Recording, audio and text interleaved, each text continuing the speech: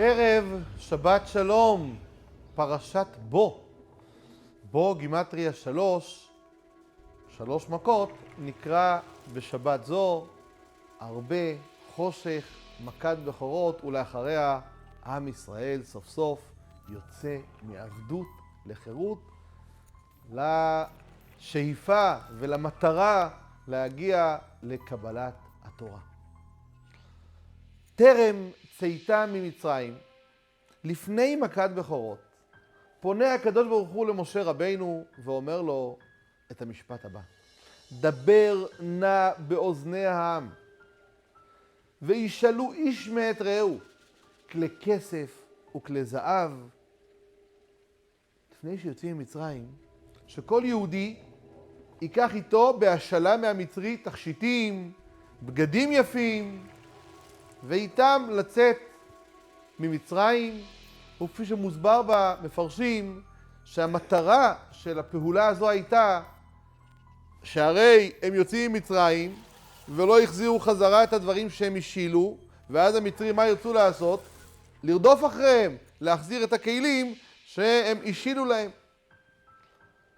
באה הגמרא בברכות, בדף ט', ואומרת את המשפט הבא: דבר נא באוזני העם.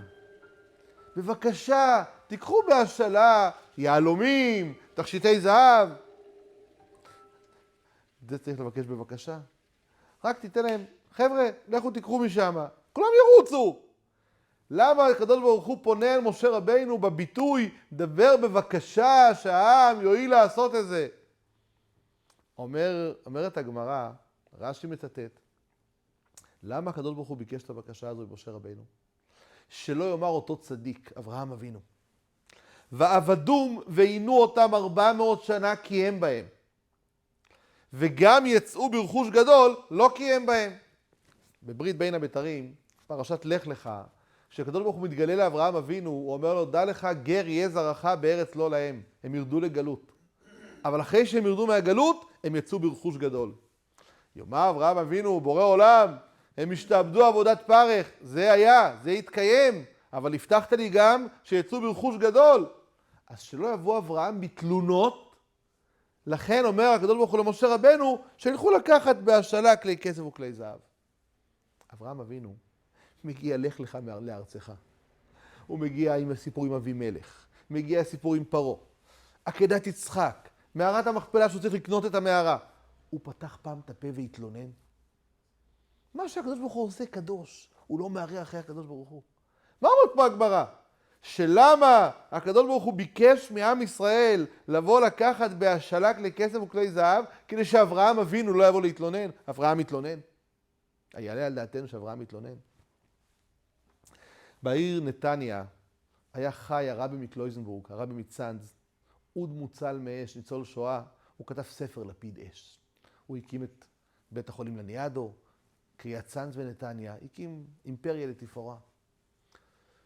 בתקופת השואה הוא איבד את אשתו והילדים, והוא היה במחנות. וכשהיה במחנה, הוא המשיך לקיים את אורח חייו היהודי עם כל ההנהגות החסידיות. על ידו ישב במחנה אתאיסט, היה נשוי עם גויה. ניגש האתאיסט לרבי, אומר לו: רבי, במרומים השכר שלי ושלך אותו דבר. איך זה יכול להיות? אני פה שומר תורה ומצוות, אתה היית נשוי עם גויה, איך אותו דבר? אמר לו האתאיסט לרבי: אם בשביל היטלר אני נחשב יהודי ואני נמצא במחנה, אז ודאי שאצל הקדוש ברוך הוא אני גם נחשב יהודי ויקבל את השכר כיהודי. אמר הרבי מקלויזנבורג, עכשיו הוא הצליח להבין את המסר, למה אברהם אבינו דבר נא באוזני העם ששאלנו מקודם. עם ישראל היה במ"ט שערי טומאה. עלה לו עובדי עבודה זרה, גוי מקרב גוי. יבוא אברהם אבינו, והקדוש ברוך הוא יגיד לו: תקשיב, הורדת אותם למצרים, אבל לא מגיע להם שאני אוציא אותם ברכוש גדול. אומר אברהם אבינו, בשביל להוריד אותם למצרים הם היו בני ישראל, אז הם גם בני ישראל לצאת ברכוש גדול.